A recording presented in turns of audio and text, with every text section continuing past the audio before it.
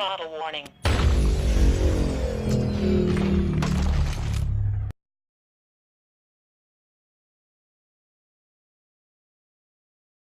What's up, y'all? It's the Frequent Flyer. Welcome back to the RC Chop Shop. And as you can see, we got the Makerfire Micro FPV here, and we about to do some things to it shortly here at the Chop Shop. And one of the things that we're about to do to it, we have a choice of motors here, different motors. We got some, these are by Crazy Pony, by the way. And these are special sauce motors, and we have Insane. I think we're going to go with the Insane. And so also, we got some new batteries here. And these are Crazy Pony batteries. They're the new high voltage batteries. They have some special chemistry and whatnot to allow these to be charged up to a higher voltage than the usual 1S battery. It says it goes up to 3.8 volts. So you have to have a special charger for that though. And for sure we've got the special charger to be able to charge these things up to high voltage. So we got a couple high voltage packs here. We got 4 to be exact. And also you may notice on these high voltage packs that it has a slightly larger connection here on it. See if we can focus in on it. There it is. So it's a slightly larger end on there. It's still a JST connection, but it's a pH 2.0 connection here. So more power. It is said to give your tiny whoop more power or whatnot. And so we're going to go with that and see how that works out for us. So we got the Insane motors. We got the high voltage packs, and we're going to have to change the power lead. So I have a power lead. This set actually came with an extra power lead, but I also got some extras from Micro Motor Warehouse. These are kind of long. You have to cut them, but they're the same pH 2.0 power lead. And so let's get started. We're going to change this thing. Hopefully make this a high power whoop. Okay, so we decapitated this guy, and we're about to try to, I think we're going to do the power lead first, and that's on the bottom of the board, so we're going to have to remove this screw here. We removed the first 2 screws there that were holding the canopy on it, and so they only use those 2 for the canopy, and this one here, they only have 1 holding the board on, so we're going to remove that one, and the board should just come up now. So as you can see, the board, we just have to unplug the motors here. So let's get the motors unplugged. Definitely, I would say one awesome thing about it is that the motors are plug and play. So really easy to swap the motors out. And let's see if we can get these out without damaging them. Remove the props there.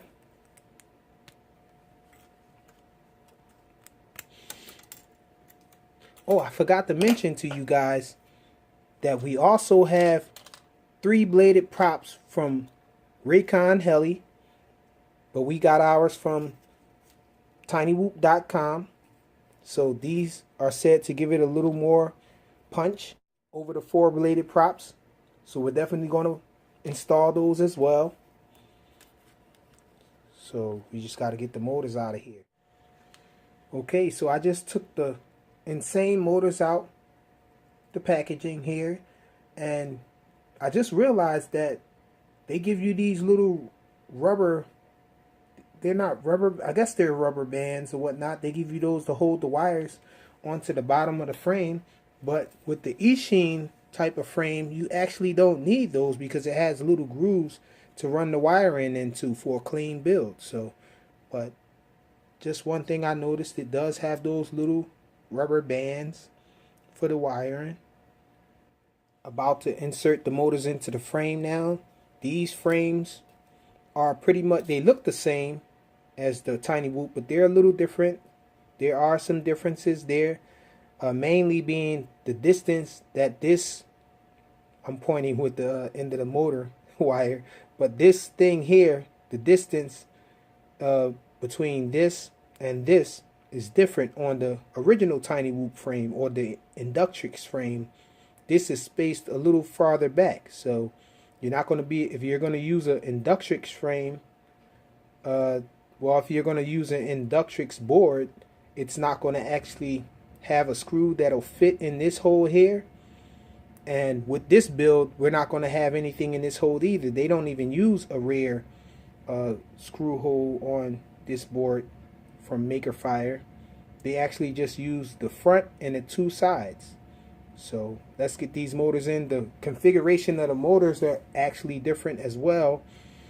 Whereas with the Inductrix, the motors would spin this way, that way. Same in the rear. Whereas with these motors, they're going to spin this way and that way. So counterclockwise motor here, clockwise motor goes here, clockwise motor here, and counterclockwise here. So this is going to go in this one here. This is a clockwise motor. You can tell by the color of the wires. The red and blue wired ones are the clockwise motors, and the white and black wires are the counterclockwise. This is universal knowledge I'm dropping on you guys here. So make sure you get the motors in the right spot. Counterclockwise here and clockwise here. So getting the motors set up inside the frame are just as easy as that. And it's going to be even more easy to just plug it into the frame. Well, to just plug it into the flight controller. But we're going to run them through these little grooves here to keep the build clean and all. And it was really easy to just solder on this power lead there. You just got to pay attention to what's the positive and negative. So we do got the pH 2.0 power lead already soldered to the board there. And so let's get started putting this thing back together and check out these high voltage batteries. Okay, so I did run into a bit of a problem with this thing, mainly the power lead. Now the power lead that came with these high voltage batteries from Crazy Pony, they're actually short, and I don't know why they made it short like that. I was wondering why the ones from Micromotor Warehouse are so long. Apparently they know what they're doing over there at Micromotor Warehouse. You actually need the power lead to be this long for something like this, because as you can see, the power pads here are in the front. So the pads for the power leads are in the front on the Makerfire, and so you want to run them to the back, and so you have to have it long enough to reach to the back, to come all the way out the back and then reach down. I ran into a problem with it being up the front like this with it short. Maybe you need a long one even to come out the front of it, because it really doesn't bend towards the battery too well. So I guess this is for the other boards that have the power leads on the rear. You can use the short wire, but we're going to have to go with the long wire. So I'm going to have to desolder this and solder one of these on. Okay, so that was really easy to do. So we got one of the long cables on, one of the long power leads. Now to get this back mounted onto the frame and get the motors plugged in. Okay, so we got the motors all inserted correctly in the correct position, and we got the wires all running through the grooves down there. Got them all plugged in. All the motors are plugged in the correct spot, hopefully. And so now all we have to do is add the Raycon Heli 3-bladed props, and we should be good to go. So let's put the red ones on the front. Since we don't have green, we just got red and black. I always like the brighter colors up front. Let's put the black ones in the rear. We got orange up the front and black in the rear. If I can get this last one on. Okay, so this thing is all together now. Let's see if we can get this thing flying, get a little test. Got to charge up one of these high voltage batteries. Actually, I did get something as a gift from Micro Motor Warehouse. It's a 4-in-1 charging cable there for a hobby grade charger. And he did send, I did get two, well, I actually purchased these here. These are MyLipo 205 milliamp hour 25C to 50C burst 3.7 volt batteries with the pH 2.0 connection.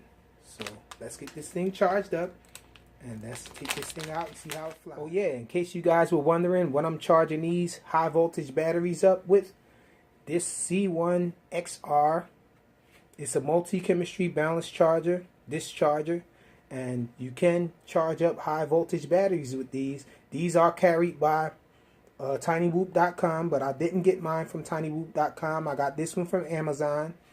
I really am addicted to Amazon, buying and being able to get it the very next day, or in some cases the same day. But I did get this from Amazon. I'll have link in the description where you can get it from Amazon. I'll also throw in the link where you can get it from tinywhoop.com as well. So let's get to charging these batteries. Okay, so we're out here with it, and unfortunately it's cold and windy out here still. Hopefully we get a good flight time out of it. Cold usually does a number on the battery and all flight time. We got it down, and so let's check it out. First we're going to go line of sight.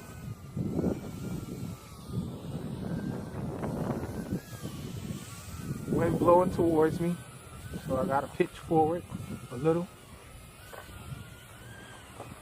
Let's check the punch on it. Not bad for a tiny whoop.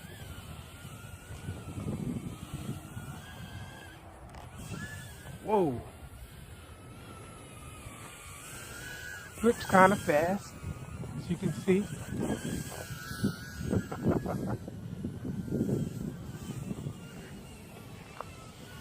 Okay, let's try some FPV.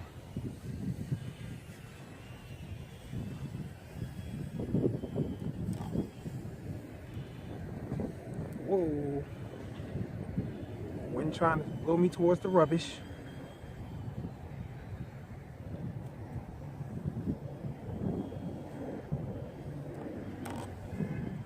Whoa.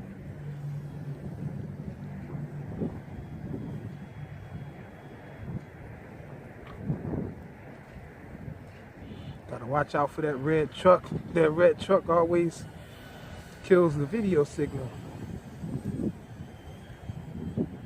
when I get behind it.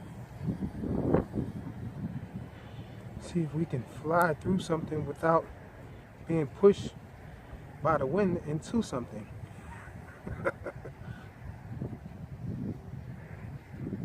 Whoa. Whoa. Sometimes you don't see stuff at night until it gets right up on you, or until you get right up on it. Whoa, like that gate there.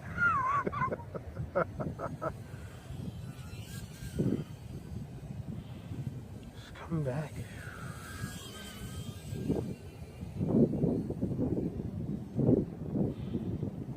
Man, it's windy and cold out here. Not going to try to fly too long out here. So let's come back to line of sight. Whoa. It's a little sluggish now, so let's land it.